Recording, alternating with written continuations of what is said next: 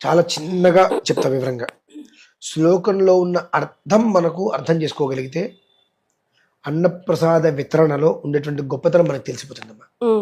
గజతురగ సహస్రం గోకులం భూరిదానం.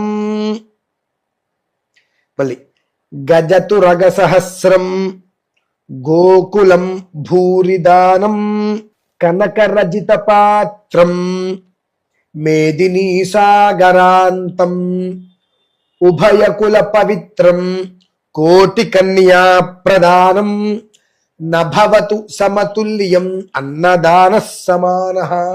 అంటే గజతురగ సహస్రం అశ్వాలు అంటే గుర్రాలు, ఏనుగులు, ఇవన్నీ వేల సంఖ్యలో దానం ఇచ్చేస్తుంటారు. గోకులం భూరిదానం, గోకులాలు అంటే ఆవుల్ని వీటిని దానం ఇస్తుంటారు.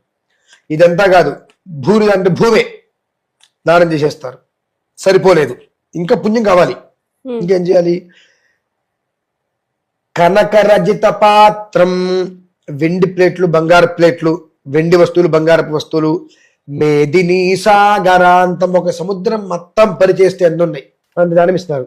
ఇంకా వాళ్ళకి పుణ్యం సరిపోలే. ఉభయకుల పవిత్రం, రెండు కులాల్ని, రెండు వంశాల్ని ఉద్ధరింపజేసేటువంటిది కన్యాదానం.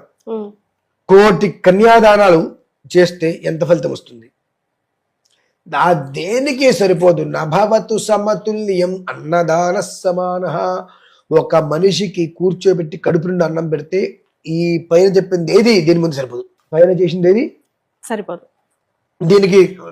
దేని వెంత రాదు. అంత ఫలితం ఒక మనిషికి కడుపు నుండి అన్నం పెడితే వస్తుందమ్మా.